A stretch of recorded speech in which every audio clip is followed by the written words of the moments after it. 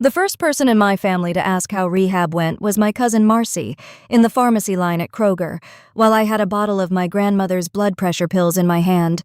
She was standing behind me with a basket full of store-brand ginger ale and a rotisserie chicken, wearing the careful face people use around hospital beds. "Valerie?" Her eyes moved from my hair to my coat to the prescription bag like she was checking me for bruises. "I didn't know you were back." I thought she meant back in town. I had been staying 6 exits away in a furnished duplex with a mattress that folded slightly toward the middle and a kitchen table just big enough for my laptop and a stack of index cards. "I never left Ohio," I told her. The pharmacist slid the white paper bag across the counter. My grandmother's name was stapled to it in black print. Eleanor Whitcomb, lisinopril, 90 tablets, no refills. Marcy lowered her voice. "Your mom said you were still in treatment. There are sentences that do not enter you all at once. They stop at the surface first, stupid and bright, like a dropped plate you have not heard break yet." "Treatment for what?" Marcy's cheeks went pink. Behind her, a man in a brown sweatshirt shifted his basket to the other arm. The pharmacy tech pretended to sort receipts. "Rehab," Marcy whispered. "I am sorry. I thought everyone knew. Aunt Diane put it in the family thread after Christmas. Nobody was supposed to contact you because you needed to focus on recovery." My fingers tightened around Grandma's prescription bag until the paper made a dry little crackle. I had not been in rehab. I had not checked into anything except a month-to-month lease above a retired mailman's garage after my parents changed the side door code at Grandma's house and told me I was too stressed to be useful. For 6 weeks, I had been building a care portal for families who handled medication schedules, receipts, visit logs, grocery lists, pharmacy pickups, and doctor notes across too many relatives and too many half-remembered conversations. I had started it because my own family kept losing things and then blaming the person who had labeled them. Me. I was the oldest daughter, the label maker daughter, the one who knew which cabinet held the glucose tabs and which neighbor had a spare snow shovel and which Tuesday Grandma's trash had to go out because the city truck came early on her street. Marcy looked like she wanted me to comfort her for having repeated it. "Who told you that?" My voice came out level enough to scare me. "Your mom posted in the cousins thread first. Then your dad called Uncle Ray. I think Nolan knew too. I don't know. Val, I really thought—" She stopped because I had put one hand on the counter. The pharmacy tech offered counseling on the medication. It was such a normal question that I almost laughed. "No," I told her. "I've handled this one before." Marcy followed me past the greeting cards and seasonal candy. Kroger still had Valentine's clearance in red bins, foil hearts crumpled against plastic roses. Outside, late February had turned the parking lot into gray slush, and every car seemed crusted white around the tires. "Please don't tell your mom I saw you." Marcy stopped near the automatic doors, one hand gripping her basket handle. That was when the plate finally hit the floor. Not because my parents had lied. My parents had always edited reality to make themselves look tired and reasonable, not even because they had chosen rehab, a word heavy enough to make every relative lower their voice and stop asking questions. It was because Marcy was afraid of being caught talking to me while I held my grandmother's medication.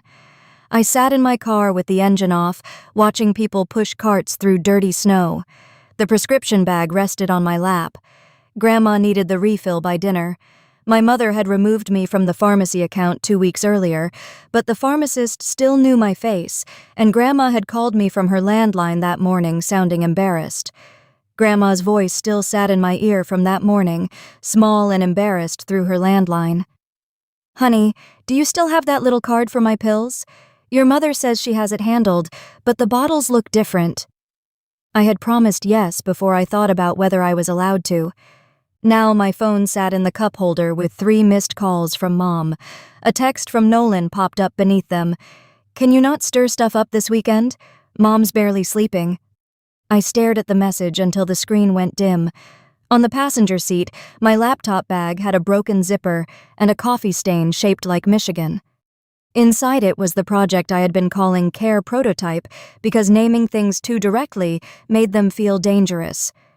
I opened the laptop against the steering wheel. The hotspot took forever. My hands were steady in the mean, useful way they got when I was past panic. The dashboard loaded with its sample tabs: medications, visits, receipts, messages, access, notes. I clicked the folder name at the top. Care Prototype. For a second, I saw my mother's handwriting instead. Black Sharpie on white envelopes, each one labeled like a verdict. Taxes, utilities, Eleanor Medical, Valerie reimbursements.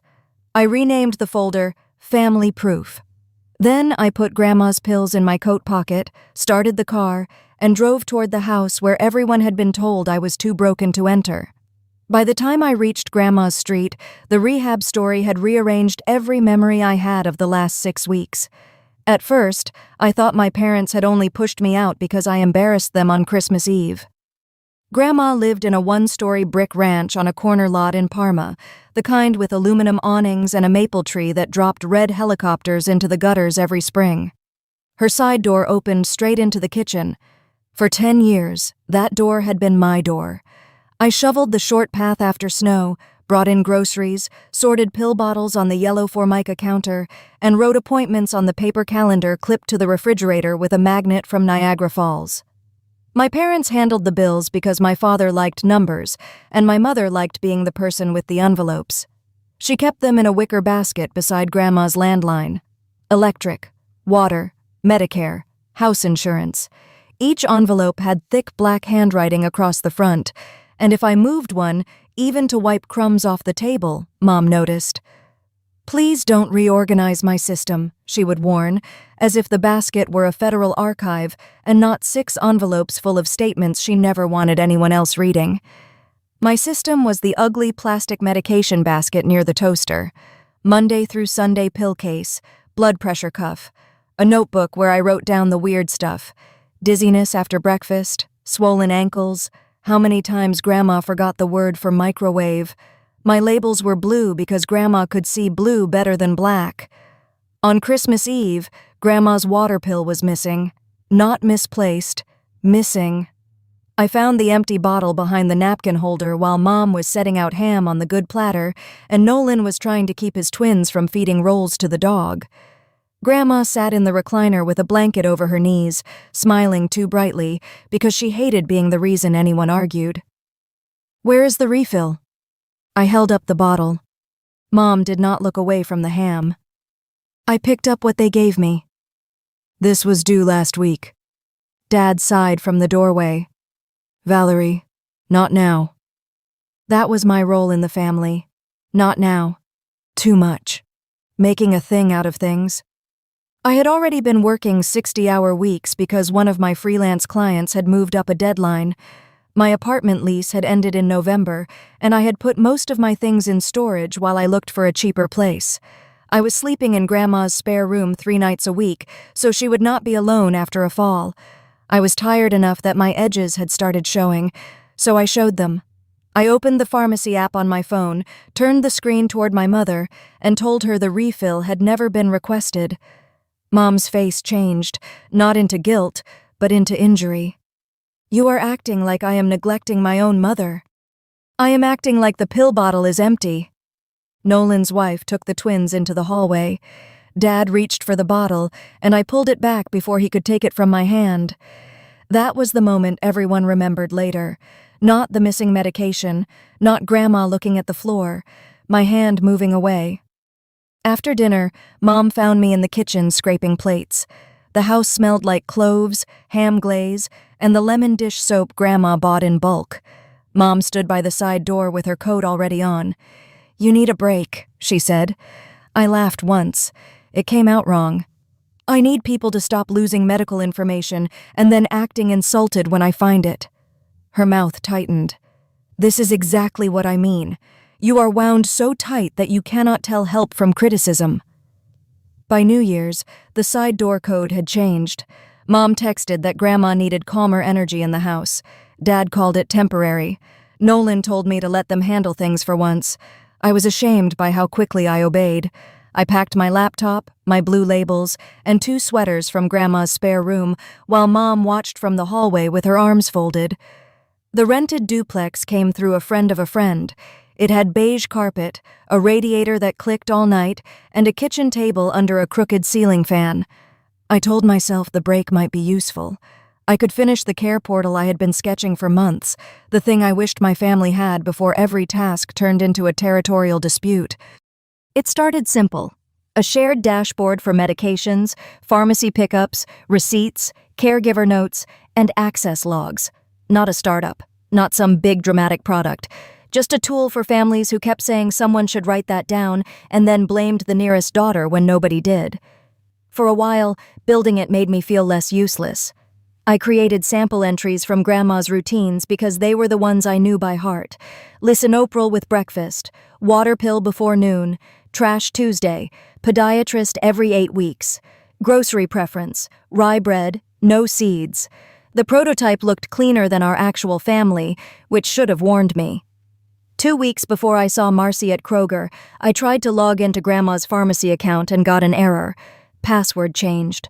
I reset it, or tried to. The recovery email was no longer mine. It was my mother's old Yahoo address, the one with 3 numbers at the end because she had made it in 2004 and refused to abandon it. I called Grandma that night. "Did Mom change the pharmacy login?" Paper rustled on her end. She kept magazines stacked beside the recliner, and when she was nervous, she squared the corners. "Your mother said it was better if one person handled all that for now." I was one person. Grandma went quiet. I hated that I had made her choose between truth and peace. "Are you doing all right, honey?" Her voice got small on the last word. I thought she meant because of the Christmas fight, because I had been working too much, because I had moved into a duplex with a stove that only lit if I used a match. Now, in my car outside her house with the prescription in my pocket, I understood the question differently. She had been asking a woman everyone told her was in rehab whether she was safe. The side porch had been salted but not swept. A crust of ice clung to the edge of the mat.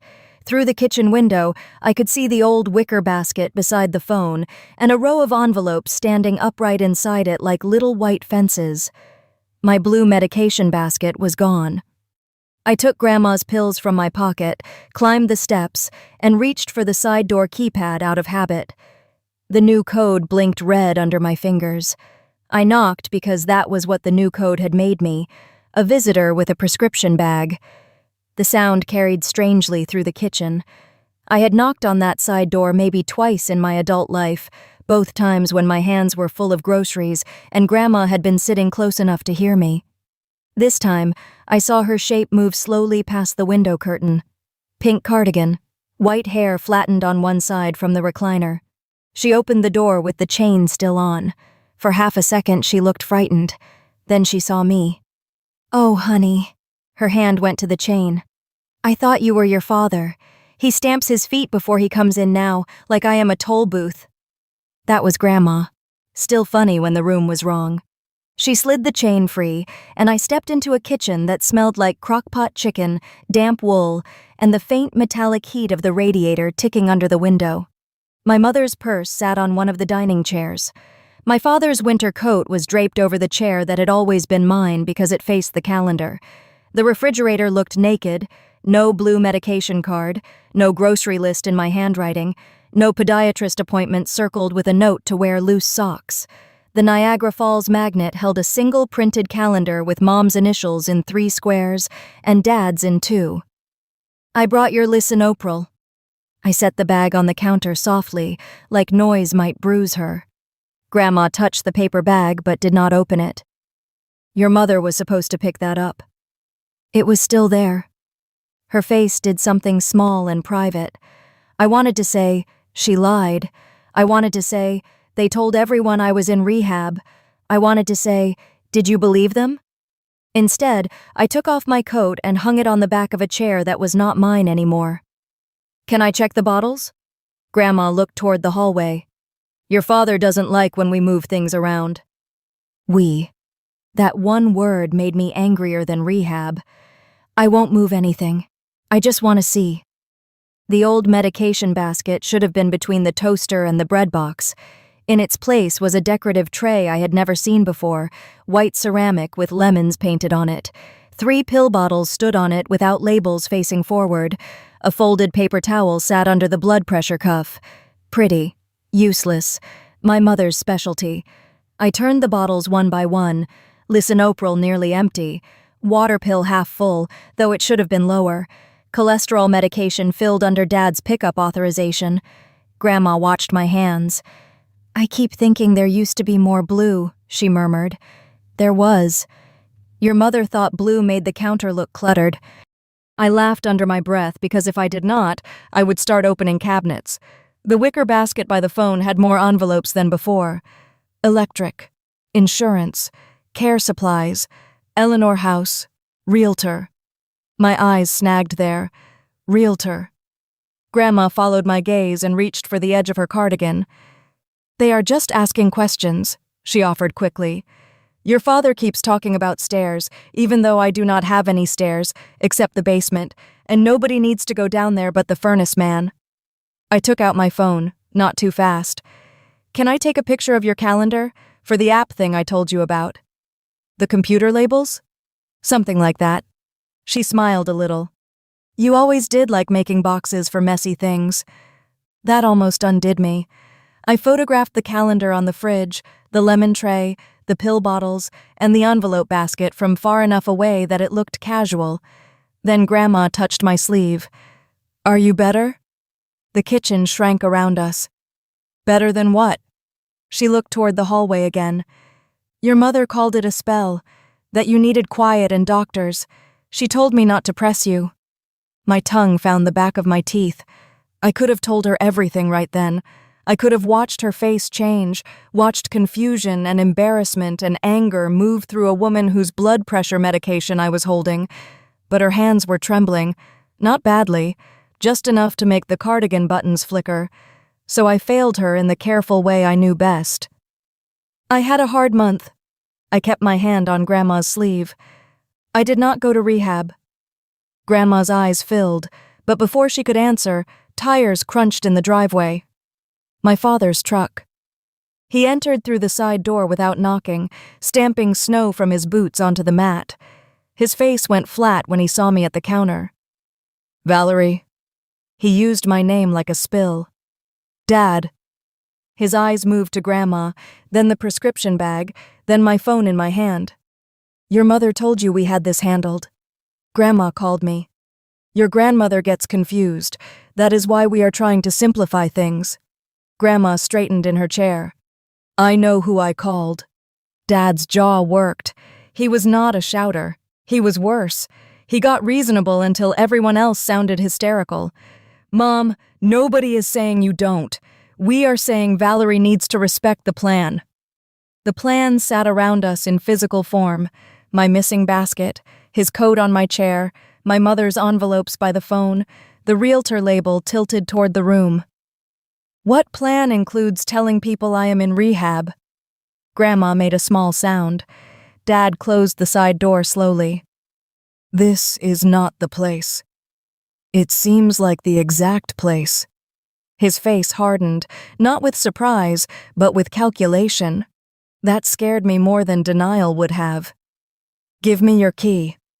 Grandma's hand moved to her throat. I touched the keyring in my coat pocket. The old blue tag was scratched nearly white at the edges from years of rubbing against my car keys. "No. We cannot have people coming in and upsetting her." People. I had slept on Grandma's spare bed with a baby monitor on the nightstand after her fall. I had cleaned soup out of the microwave after she forgot the lid. I had cut her toenails when she was too embarrassed to ask the podiatrist. Now I was people. Dad held out his palm. I did not give him the key, but I did leave. That was the part I hated myself for later. I put the lisinopril in the correct spot, turned the bottle label forward, kissed Grandma's cheek, and walked out because my father had made the room feel like another argument would hurt her. On my way through the door, I paused beside the wicker basket. The envelope labeled Valerie reimbursements was half hidden behind the realtor one. I bent as if tying my boot. My phone camera clicked once, quiet under the radiator's ticking. Dad did not hear it. Grandma did. The picture was crooked because my hands had been shaking when I took it. Back at the duplex, I enlarged the image until the envelope labels filled my laptop screen. Realtor. Eleanor House. Valerie reimbursements. The last one had a small coffee ring near the corner and a crease down the middle, like someone had folded it and changed their mind. I dragged the photo into the portal. The system was not beautiful yet. Half the buttons were gray rectangles with temporary names. The receipts page still loaded too slowly. If a client had seen it, I would have apologized for the unfinished state and promised a cleaner demo by Friday. But for my family, ugly was fine. Ugly meant nobody could accuse me of making it persuasive. I created 3 columns on the timeline: family statements, care events, money and access. Then I sat there staring at the blank boxes because the old part of me still wanted permission to know what I already knew. My mother had trained me well. She never said, "Do not look." She said, "I am handling that," which sounded less like a locked door and more like a helpful wall. I started with what could not argue back. Pharmacy timestamps. The Kroger refill I had picked up that day. The failed login from 2 weeks earlier. The password reset notice that went to Mom's Yahoo account. The Christmas Eve refill that had not been requested. I exported screenshots, named them by date, and dropped them into care events. Then I opened the text from Marcy. She had sent one message after I left the parking lot. "I am really sorry. I found the thread. I do not know if sending it makes things worse." Under it were 6 screenshots from the cousins' group chat. Mom's message sat at the top, familiar in tone and punctuation. "Please keep Valerie in your prayers. She has entered a treatment program after a very difficult breakdown over the holidays.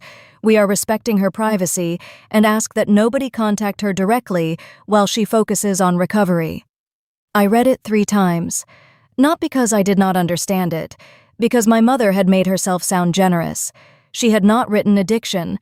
She had not written rehab.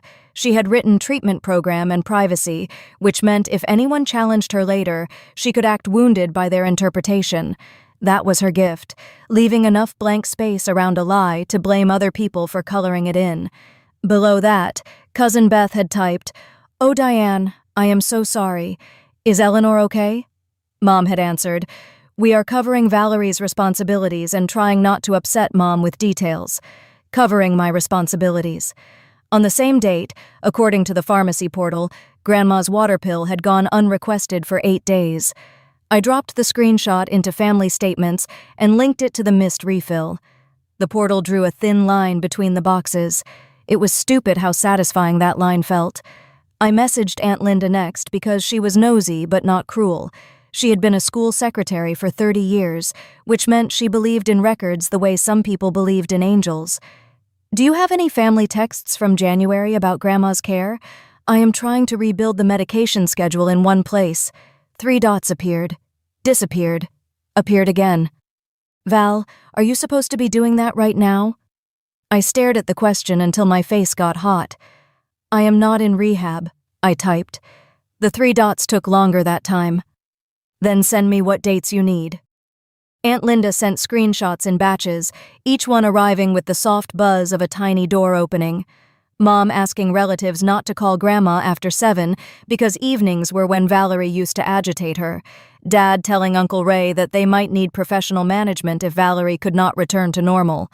Nolan asking whether anyone had picked up adult diapers, then Mom answering that she had used Valerie's reimbursement money for supplies. Valerie's reimbursement money. I opened the photo of the envelope again. The next part took longer because bank portals are not built for family betrayal. Grandma had once given me view-only access to her checking account so I could watch for duplicate pharmacy charges after she got billed twice for a shingles vaccine. I had not logged in since Christmas because Mom called it invasive. The password still worked. That made me sadder than if it had not. I downloaded 3 months of transactions into a spreadsheet.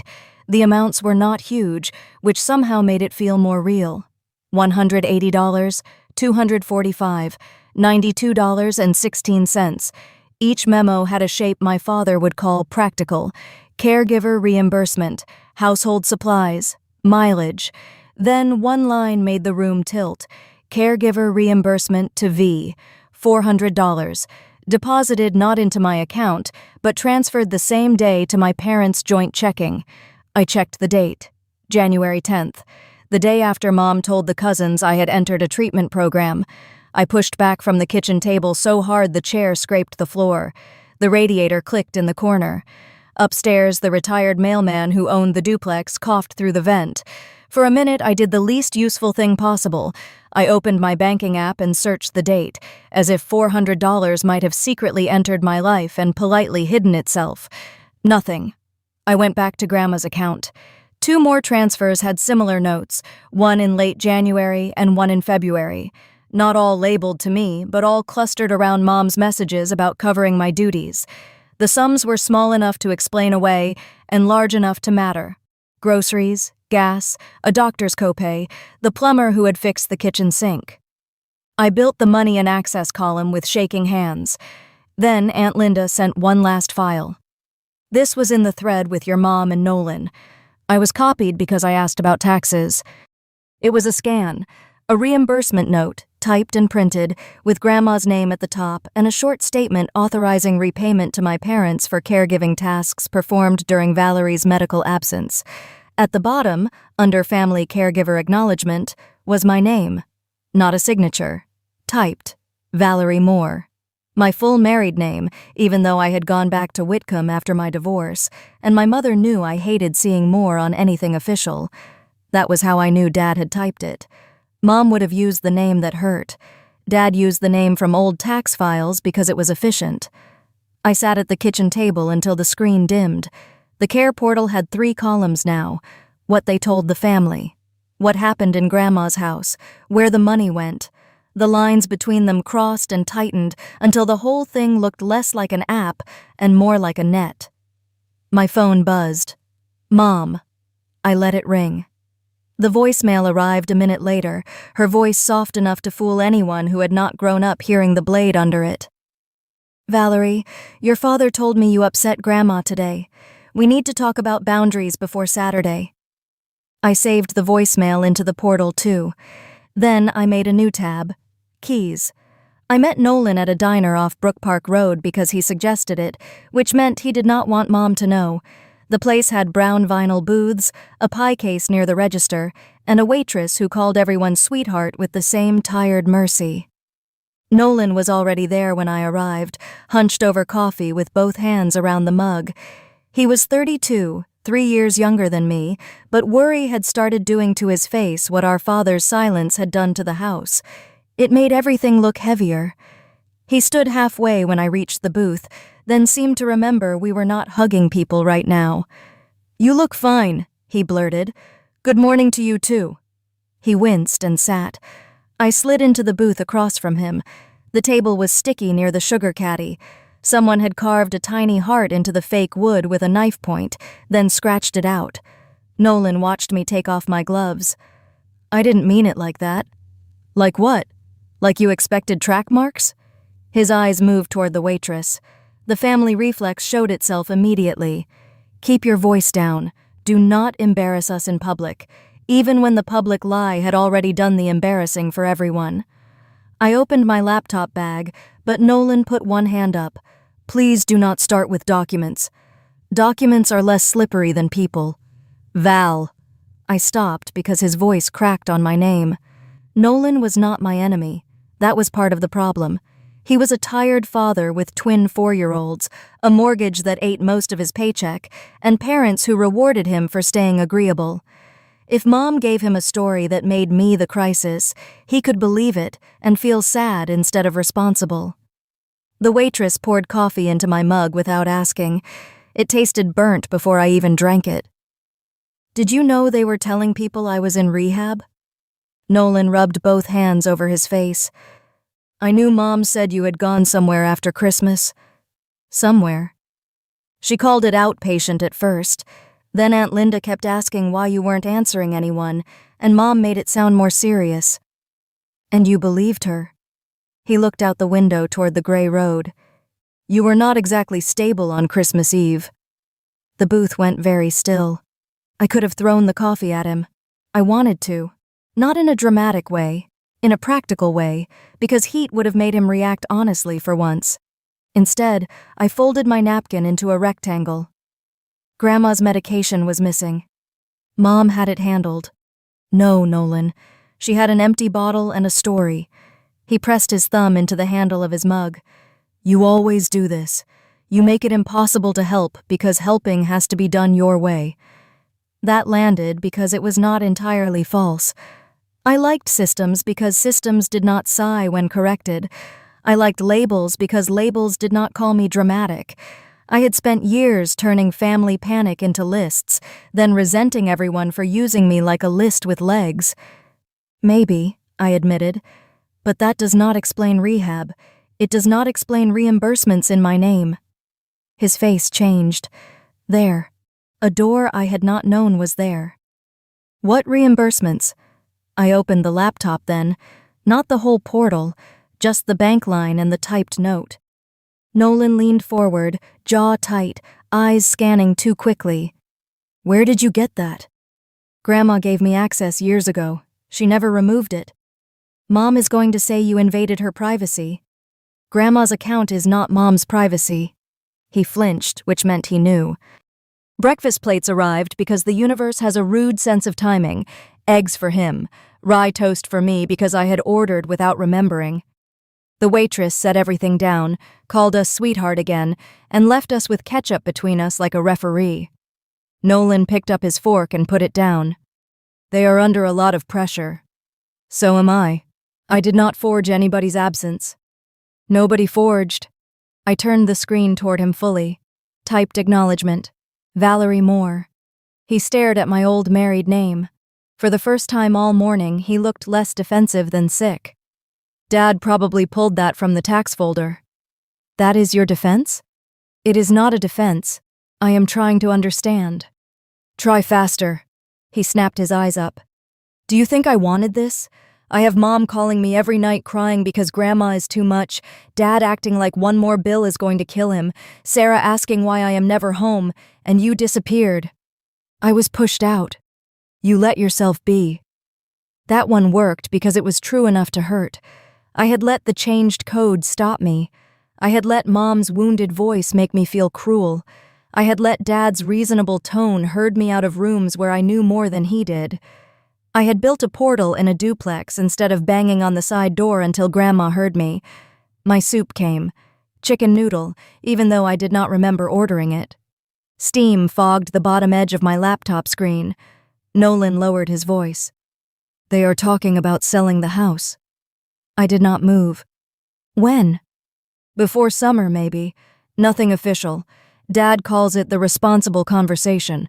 The house needs work, Grandma needs consistency, and if you are... He stopped. If I am in rehab. His shoulders sank. If you cannot be part of the care plan.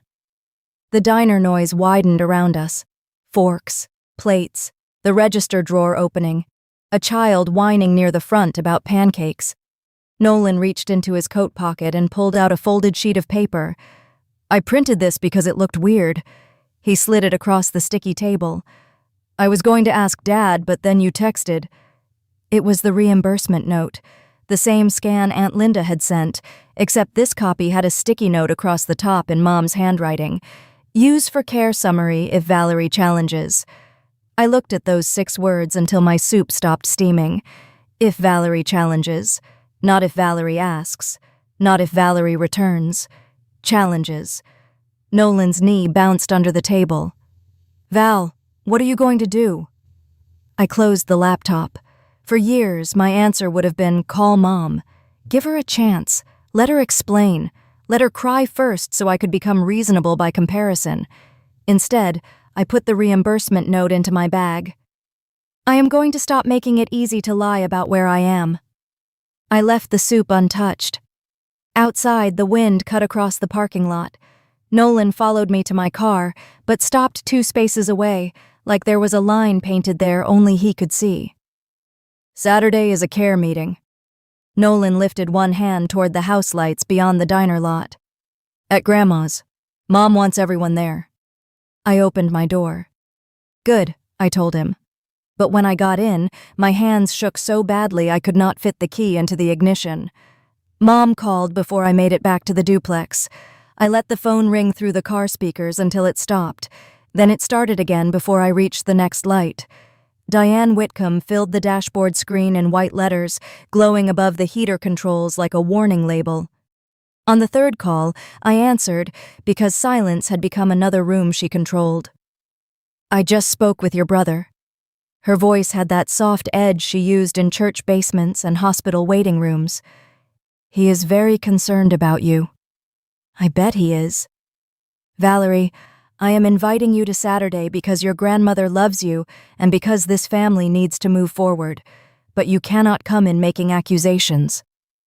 A salt truck rumbled past in the opposite lane, spraying the windshield with gray slush. What should I call a typed note with my name on it? A pause. Not long. My mother was too practiced for long pauses. A misunderstanding created by stress, which is why we are having a meeting. About selling Grandma's house? About care options. Do not use loaded language. Loaded language meant accurate language that made her look bad. Did you tell people I was in rehab? I told people you were receiving help. Was I? You should have been. The light turned green. Someone honked behind me before I moved. That was her bridge. Maybe the exact noun was false, but the feeling was true, so why was I being cruel about vocabulary? You lied to Grandma. Mom exhaled like I had disappointed her in public. Your grandmother is 86 years old. She does not need every ugly detail. She needed stability, and you were not stable. For 1 second, I could see myself the way she wanted me to. Sharp in the Christmas kitchen, tired, divorced, sleeping in Grandma's spare room, correcting pill bottles with too much force. A woman easy to summarize as a problem. That was the trick. Good lies keep one true thing alive inside them. I will be there Saturday. Then come calmly. And Valerie? I waited. Do not bring one of your projects into this. This is about family. She hung up before I could answer. By the time I climbed the duplex stairs, my phone had started filling with messages. Aunt Beth wrote first. Honey, I heard you might be coming Saturday. Proud of you for facing things, but maybe let your parents lead. Early recovery is tender. Then Uncle Ray. Your mom and dad have done a lot. Don't turn this into a blame session. Then a number I had not saved, probably one of Dad's cousins. Praying for healing for all of you. I stood in the kitchenette with my coat still on while the radiator clanked like someone knocking inside the wall. Subject: Friday demo? It was from Mila, my biggest client, the owner of a small home health staffing agency in Columbus. She had hired me to redesign her scheduling dashboard, and I had quietly borrowed some of that structure for the care portal after asking permission to reuse my own components. The demo I owed her was already late. Hi Valerie, just checking in. We still need the caregiver assignment flow by end of week if we are going live next month. Is tomorrow realistic? I read it twice and felt the practical floor drop under the emotional one. Rent was due in 9 days. My storage unit had sent a late notice. The duplex was cheap, but cheap still meant money. If I lost Mila, I lost the one client steady enough to keep me from asking my parents for anything, which was suddenly more important than breathing. I put the phone face down. For 10 minutes, I tried to work on Mila's dashboard. Caregiver assignment, shift filters, availability badges. Nothing held. Every time I moved a box on the screen, I saw Mom's envelopes by Grandma's phone. Every label looked like a family statement waiting to be corrected. I switched to the family proof portal, then I switched back. Then I did something I am not proud of. I selected the whole family proof folder and dragged it toward the trash. My finger hovered over the trackpad. If I deleted it, I could go Saturday as the calmer person everyone wanted. I could tell Mom privately that I knew. I could give her one chance to fix the story, return the money, stop the sale talk, and spare Grandma the humiliation of learning that her own daughter had turned her kitchen into a paper shield. I could also keep my client. I could keep the thin, ugly hope that my mother had panicked rather than planned. The folder icon shook under the cursor. Then my phone buzzed against the table. Marcy. I probably should not send this, but you need to know. Your mom asked everyone to bring spare keys Saturday so they can make one access plan. She said especially yours. Under it was a screenshot from another thread. Mom, we need all house keys returned at the meeting. Too many people coming and going has confused Mom, and given Valerie's situation, access has to be controlled. Given Valerie's situation. My finger moved away from the trash. The folder stayed. I pulled open the small drawer under the kitchen counter where I kept things I did not have a place for yet. Batteries, binder clips, a library card, a single birthday candle from my last apartment, and Grandma's old blue key tag. The key was still attached. I had forgotten how worn it was. The plastic tag had once been bright blue, the color of my medication labels. Now the edges were scratched pale from years of use. Grandma had written "side" in shaky block letters after her fall because she did not want me fumbling in the cold. I set the key beside my laptop. Then I opened Mila's email and typed the message that cost me $4,000. I am sorry. I need to move the demo to next week. I understand if that changes the contract. I did not explain why. I did not say family emergency because families like mine turn emergency into weather. Always happening. Always nobody's fault. Mila replied 20 minutes later. I hope everything is okay, but we have to keep the launch moving. Let's pause payment until we see where things stand. I sat at the table and let that hurt. Then I created one more tab in the portal. Access requests. I uploaded Marcy's screenshot, photographed the blue key, and wrote Saturday care meeting across the top of the timeline. The house had changed meaning twice now. First from safe place to managed place, then from managed place to evidence. I was going to walk back into it with proof. And for the first time all day, that scared me less than handing over the key. Saturday morning, the portal broke in the dumbest possible way. Not the evidence, not the timeline, the print button. I had been awake since 4, sitting at the duplex kitchen table in leggings and an old sweatshirt from Nolan's high school soccer team, surrounded by paper like a person staging her own audit. Outside, sleet tapped the window in small, impatient clicks. Inside, my printer kept spitting out the first page of the medication calendar and then freezing with an error message that said, "Tray empty," even while the tray was full. I wanted to put my fist through it. Instead, I did what oldest daughters do when rage has nowhere useful to go. I fixed the paper alignment, unplugged the machine, counted to 10, plugged it back in, and apologized to an object. "Come on," I muttered. "Do not become family today." The printer clicked, thought about it, and produced a page with Grandma's refill history in faint gray stripes. Ugly. Readable. Enough. By 7:30, I had 3 copies of the care timeline, 2 copies of the access list, 1 folder of receipts, and a screen recording saved to my laptop in case Dad tried to talk over me. The screen recording was 11 minutes long.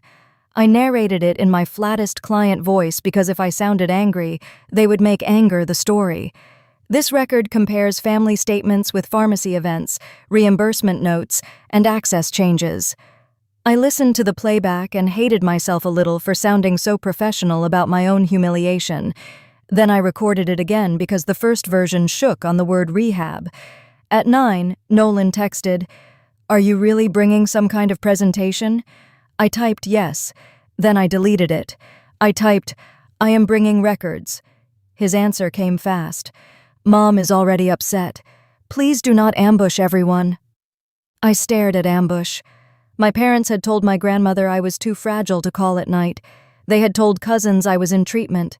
They had moved money under my name, changed access, and put realtor in a basket by the phone. But if I arrived with proof, I was the ambush. I wrote a reply that used language I would not want Grandma to hear. Then I made my first real mistake of the day. I pasted the private portal link into the message to Nolan, added, "Since everyone wants to discuss my situation, they can start here," and hit send before I had locked the permissions. The blood left my face so fast I felt it in my hands. "No, no, no!" I grabbed the laptop. The portal showed public link active. Public. Not family only, not view only. public, with a draft note at the bottom where I had written possible fraud. Ask Linda about tax reporting, and another note beside Dad's transfers that read, efficient theft is still theft. My phone buzzed. Nolan. Val. What the hell is this? I called him. He answered on the first ring, breath loud, a child's cartoon playing somewhere behind him. Do not forward that. My voice came out too sharp. Too late. The room narrowed to the laptop screen. What do you mean, too late? I sent it to myself at work so I could open it bigger, and Sarah saw my face, and I sent it to her, and then Mom called and I panicked. You panicked by forwarding evidence to my sister-in-law? I panicked because there is a note in here calling Dad a thief. I pressed my palm against my forehead. Nolan, listen to me. Do not send it to Mom. Silence. Nolan. I didn't send it to Mom. Who did you send it to? A smaller silence. Aunt Linda. I sat down hard. From a practical standpoint, Aunt Linda was the least terrible accidental recipient. From a family standpoint, she was a church bell with reading glasses. Why? Because I don't know what I'm looking at, and she does. I closed my eyes. Upstairs, the mailman ran water through old pipes. The radiator knocked twice. My printer flashed tray empty again, smug as my mother. Val, Nolan said, quieter now. Is it true? That question took the heat out of me. Not all of it. Enough. Yes. All of it? Enough of it. He breathed out unsteadily. Mom told me you were twisting things. Apparently you always need a villain when you are overwhelmed. I looked at the printed access list. Grandma's name at the top. Mine under current key holder. Dad's under bill access. Mom's under pharmacy recovery email. Everyone reduced to what they could touch. Sometimes there is just a villain with good handwriting. That sounds like something you put in the notes. Despite everything, I almost smiled. Aunt Linda called 2 minutes after Nolan hung up. I considered not answering. Then I remembered I had already lost control of the reveal and picked up. She did not greet me. Did you build this? Yes. Can other families use it? I blinked. That is not the point right now. It is one point. Answer me. Eventually, yes. It is not finished. Nothing in this family is finished. That has never stopped your mother from presenting it as fact. I sat very still. Aunt Linda's voice lowered. One question first. Were you in rehab? No. Were you receiving treatment for addiction? No. Did you authorize those reimbursements? No. She exhaled through her nose, a secretary's fury. Print 2 more copies. Bring your laptop. And Valerie, remove the note where you call your father efficient. Accurate does not mean helpful. I laughed once, ugly and grateful. After we hung up, I cleaned the portal like someone mopping before guests while the ceiling leaks. I removed the angry notes. I locked the link. I changed the homepage title from Family Proof to Care History and Truth because Aunt Linda was right. If the record looked like revenge, my parents would make revenge the only thing anyone saw. At 11, I called Grandma. She answered on the 4th ring. Hi, honey. Behind her, I heard dishes and my mother's voice, muffled but close. Do you want me there today? A long pause followed. I pictured her in the recliner with the phone tucked to her ear, cardigan buttons trembling under one hand. The house sounds different without your labels. Her whisper had to slip under the kitchen noise. My throat closed. I will be there. I packed the laptop, the folders, the prescription bag with the empty bottle, and the blue key. At the door, I looked back at Mila's unfinished client dashboard open on the second monitor. $4,000 paused. Maybe gone. Rent still coming. Storage still late. My parents would have called that proof I was irresponsible. Maybe I was, a little. I chose Grandma's house anyway. The final upload finished at 11:26. Care History and Truth. I put the laptop beside the prescription bag and carried both to the car like evidence that could break if I held it wrong. Grandma's driveway was full when I arrived. Dad's truck sat closest to the side door, angled badly over the cracked edge of the concrete. Mom's sedan was behind it. Nolan's minivan idled at the curb, while Sarah unbuckled one twin and tried to keep the other from stepping into slush. Aunt Linda's Buick was parked across the street, straight as a ruler. 2 cousins had taken the spots near the maple tree. Everyone had come to discuss access to a house most of them visited twice a year. I parked half a block away and carried the laptop bag against my hip, the folders under one arm, the blue key in my coat pocket. The sleet had turned to wet snow, soft enough to melt on my hair before I reached the porch. For 1 second, I stood at the side door and looked at the keypad. My finger knew the old code. Grandma's birthday. Month and day. The new code was not mine to know, which was the point. I knocked. Voices shifted inside. Nolan opened the door. His face looked pale under the porch light.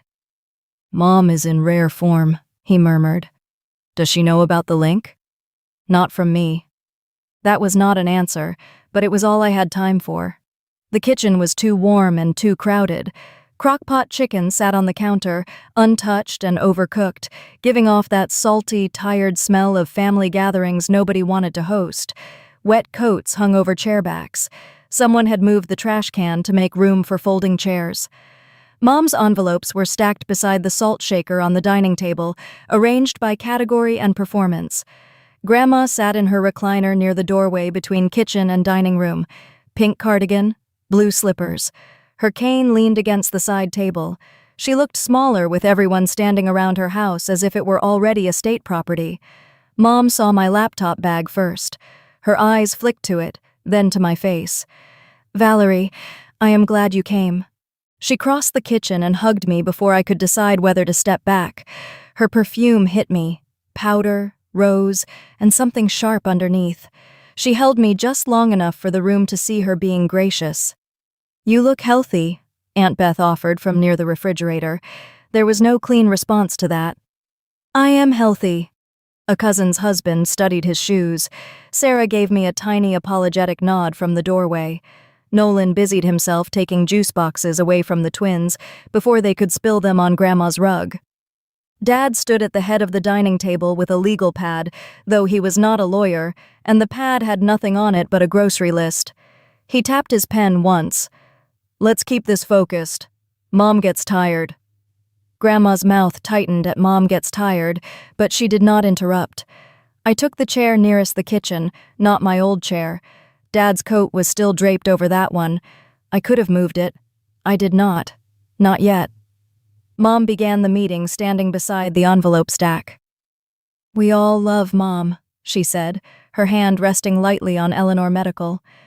"And the last few months have shown us that informal arrangements are no longer working. Too many people have keys. Too many people are dropping by. Medication routines have been disrupted. Emotions have been high." Every sentence wore clean shoes. Aunt Linda sat across from me with a manila folder in her lap. She did not look at my mother. She looked at the envelopes. Dad cleared his throat. "This is not about blame. This is about consistency. We need one access plan, one bill plan, and a serious conversation about whether the house is still practical." Grandma shifted in the recliner. "I like my house." Mom smiled toward her without turning fully. "We know, Mom. Nobody is forcing anything today." Today did a lot of work in that sentence. Then Dad looked at me. "Given everything, we think it is best if all spare keys are returned for now. Valerie, that includes yours." The room went quiet in a soft, hungry way. I could feel everyone trying not to stare at my pocket. This was the place where the old Valerie would have explained. She would have said she only used the key when Grandma asked. She would have apologized for Christmas while correcting the medication facts. She would have tried to sound so reasonable that unreasonable people felt safe ignoring her. My hand went into my coat pocket. The blue tag was warm from my palm. Mom softened her face. "Honey, this is not punishment. It is just safer while you keep working on yourself." Grandma's eyes moved from Mom to me. I nearly handed over the key. Not because they deserved it. Because the room was full, Grandma looked tired, and the part of me trained to lower the temperature reached for surrender like a familiar dish towel. Aunt Linda opened her folder. The small paper sound saved me. I took my hand out of my pocket empty. Before anyone collects keys, I want to show the care records. Dad's pen stopped tapping. This is not the time for one of your projects. The phrase landed exactly as predicted. One of your projects. The laptop bag against my chair felt heavier. It tracks Grandma's medications, visits, reimbursements, access changes, and family statements. Mom's smile thinned. Valerie, we are not doing a slideshow. Good. It is not a slideshow. I stood before my courage caught up and lifted the laptop from the bag. Nolan moved as if to help, then froze when Dad looked at him. Grandma's television sat on a low cabinet in the dining room, usually used for weather reports and old game shows. An HDMI cable trailed behind it because I had installed it 2 Thanksgivings ago, so Grandma could watch church services when the sidewalks iced over. I plugged it in. Dad stepped toward me. Unplug that. Aunt Linda finally looked up. Let her put it on the screen, Tom. If it is nothing, it will be nothing where everyone can see. Mom's cheeks colored. The laptop recognized the TV with a cheerful little chime that felt wildly inappropriate. For a moment, my desktop appeared. A folder for Mila's dashboard, a grocery list, one screenshot of the bank memo I had forgotten to minimize. I clicked too fast and opened the wrong window. Dad saw the bank line. Absolutely not. He reached for the laptop. Grandma's cane hit the floor once. Not hard, not dramatic, just wood against rug. Everyone stopped. I want to see Valerie's labels, Grandma said. Her voice was thin, but it went through the room cleaner than yelling. I opened the browser. My hands were shaking now, and everyone could see it. Let them. The portal loaded slowly because Grandma's Wi-Fi had always been terrible in the dining room. Care History and Truth appeared on the television above the table. Under it were 4 tabs: medication calendar, family statements, money and access, keys. For a few seconds, nobody spoke. The portal sat above Grandma's dining table in plain black and blue, less dramatic than everyone feared. No music, no red arrows, no accusations in capital letters, just dates, tabs, and the kind of clean spacing I used for clients who paid on time. That steadied me. I clicked medication calendar first. These are Grandma's refills from December through this week. The entries in blue are pickups I handled. The entries in gray are pharmacy records. The red ones are missed or late requests. Mom folded her arms. Nobody needs a medication lecture. Then this will be quick. I opened December 24th. The empty water pill bottle, the pharmacy note showing no refill request, my photo from Christmas Eve, then January 10th. Mom's message to the cousins appeared beside the medication log. Please keep Valerie in your prayers. She has entered a treatment program after a very difficult breakdown over the holidays. The room changed temperature. Aunt Beth leaned forward. Uncle Ray adjusted his glasses. Nolan stared at the floor. Mom made a soft sound, almost a laugh. Valerie, that was private family communication during a very stressful time. It was about me, and it was false. Dad put both hands on the back of a chair. Your mother was trying to protect your dignity. My dignity was apparently best protected by inventing a medical crisis and distributing it to people who brought casseroles to funerals. I clicked the next line. January 11th. Pharmacy account recovery email changed from mine to Mom's Yahoo address. January 12th. Grandma's refill request delayed. January 13th. Mom in the family thread. We are covering Valerie's responsibilities and trying not to upset Mom with details. Aunt Linda's mouth flattened. I moved to money and access. These are transactions from Grandma's checking account. Grandma gave me view-only access after the duplicate vaccine charge last year. I did not move money. I did not change anything. I downloaded statements. Dad's reasonable voice sharpened. You had no right to display your grandmother's finances. Grandma lifted one hand from the recliner. It is my money. That stopped him, but only for a breath. I clicked the first reimbursement. Caregiver reimbursement.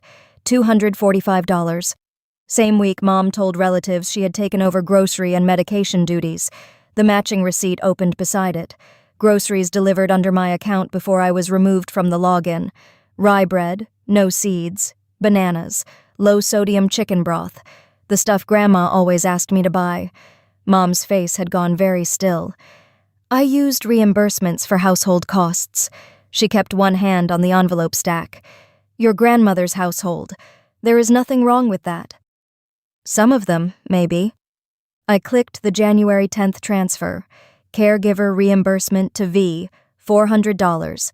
Transferred to Tom and Diane Whitcomb joint checking. A tiny noise came from Sarah near the doorway. Dad moved around the table. Turn it off. Nolan stepped into his path. It was not heroic. He looked like he might throw up, but he stood there. Dad, let her finish. For the first time, my father looked at my brother as if he had become inconvenient.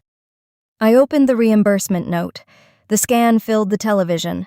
Grandma's name, the typed explanation, the line about caregiving tasks performed during Valerie's medical absence, and my old married name at the bottom. Valerie Moore. The old name landed harder than I expected. It put my divorce in the room for no reason, except that my father had pulled the wrong file, or my mother had not cared which version of me they used, as long as she was absent. Aunt Linda spoke without looking away from the screen. Diane, did Valerie authorize that? Mom pressed her lips together. It was an internal note. That is not an answer, Dad cut in. This is exactly why we worried about Valerie being involved. She takes partial information and builds a case like everyone is against her. He made it sound reasonable. He always did. For 1 second, I heard how it might land with people who wanted relief more than truth. Poor, exhausted parents, difficult daughter, elder care pressure, money moving around for practical reasons, a note typed wrong, a message phrased badly. Then Grandma spoke. Why did you tell me not to call her at night? No graph could have done what that question did. Mom turned toward the recliner. Because you were getting anxious, Mom. No. Grandma's fingers tightened on the blanket. You told me she needed quiet after group. Group. The word hung there, plain and devastating. Aunt Beth covered her mouth. Marcy, who had been standing near the stove and trying to disappear into the cabinets, started crying silently. I clicked family statements. Mom's text to Aunt Beth opened on the screen. Evenings are hardest after group. Please discourage Mom from calling Valerie directly. Then another to Nolan. If Mom asks, remind her Valerie's counselors want limited contact. Counselors. I did not have counselors. I had a landlord upstairs who coughed through the vent, and one client about to drop me. Dad's face had changed from stern to cornered. Diane was trying to manage a delicate situation. Aunt Linda shut her folder. Tom, stop talking. Nobody expected that. Aunt Linda had spent 60 years making coffee after funerals and correcting bulletin typos. She did not command rooms, but that day, she sounded like every attendance record she had ever kept had risen behind her. My phone buzzed on the table. Nolan's did too. Then Aunt Linda's. Nolan glanced at his screen and swallowed. I sent the link to Ray and Beth before Valerie got here. His phone stayed flat in his palm. I thought they should know what the meeting was actually about. Uncle Ray looked up from his phone, face gray. My wife is asking why Diane told her Valerie was inpatient. Mom whispered, Nolan. He flinched, but did not apologize. Dad reached for the envelope stack, gathering it like physical paper could still save him. I clicked the keys tab before he could speak.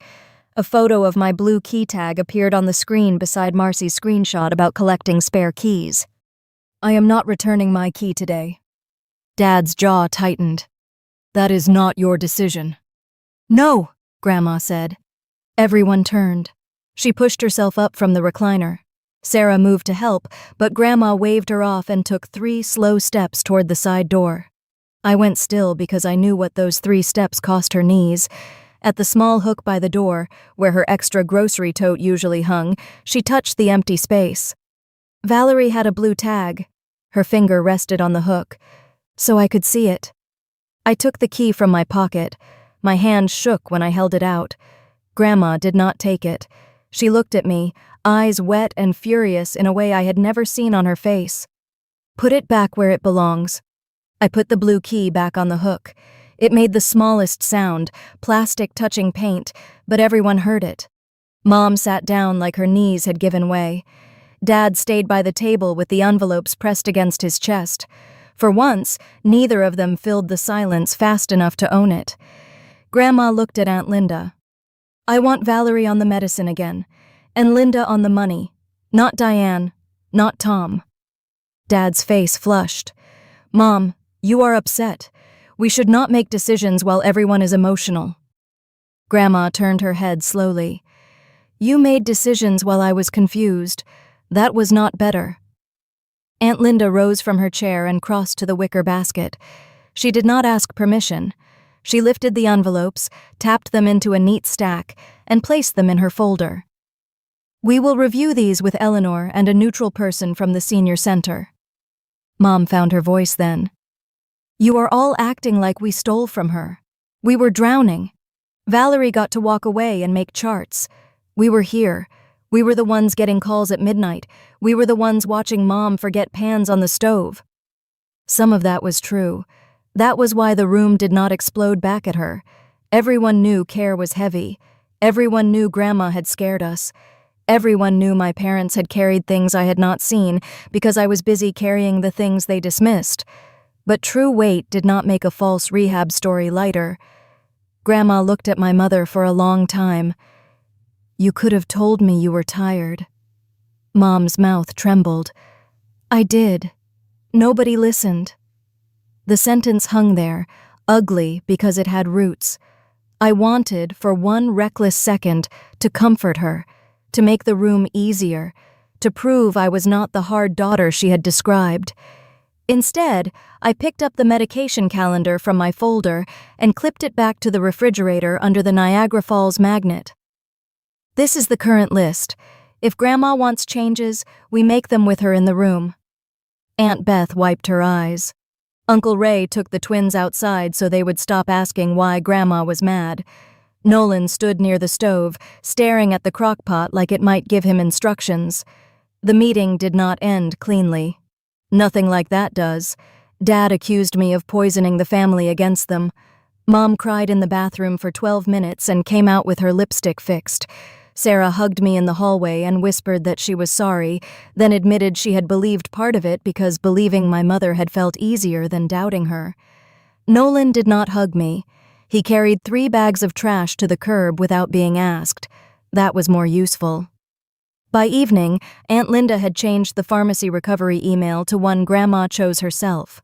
Uncle Ray had called a local elder care advocate, not a lawyer with a dramatic threat, just a woman from the senior center who knew how shared bill review worked. The house sale conversation stopped until Grandma could speak to someone without my parents in the room. My parents left after dark. Mom placed the wicker basket on the porch before she went, the envelopes inside it rubber-banded by category. She did not look at me through the storm door. For the next month, she left things that way. Envelopes on the porch, voicemails instead of visits, messages that began with "I hope you are satisfied" and ended with practical questions she should have asked Grandma directly. The family did not become noble. Aunt Beth apologized 3 times and then avoided me at Easter. Uncle Ray sent a check to Grandma for groceries with a memo line that read "for actual groceries," which made Grandma laugh so hard she coughed. Marcy brought ginger ale the next time she visited and could barely meet my eyes. Mila paused my contract for 2 weeks. I lost the milestone payment. Later, after I showed her a stripped-down version of the care portal with all family details removed, she wanted to test it with 2 of her agency's clients. I agreed, but slower this time. Safer. No public links at 9 in the morning. No angry notes hiding in draft tabs. The product I eventually built was not called Family Proof. It was called Side Door. Grandma chose the name. To her, front doors were for company, but side doors were for the people who knew where the soup bowls lived. Spring came late that year. Snow melted into dirty piles near the curb, and the maple tree dropped red helicopters into Grandma's gutters. Every Tuesday, I came by after work with groceries.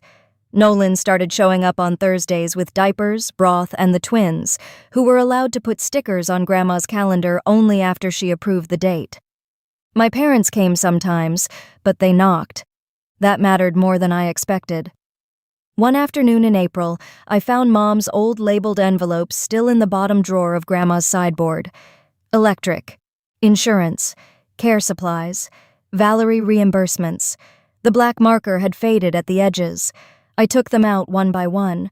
For a moment, I held the Valerie one and felt the old pull to keep it as proof forever, a paper weapon in case anyone forgot. Then Grandma called from the kitchen about tea.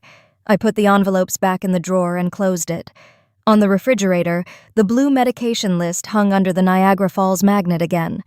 Beside the side door, I had screwed in a small blue hook at Grandma's shoulder height. My key hung there when I was inside and came with me when I left.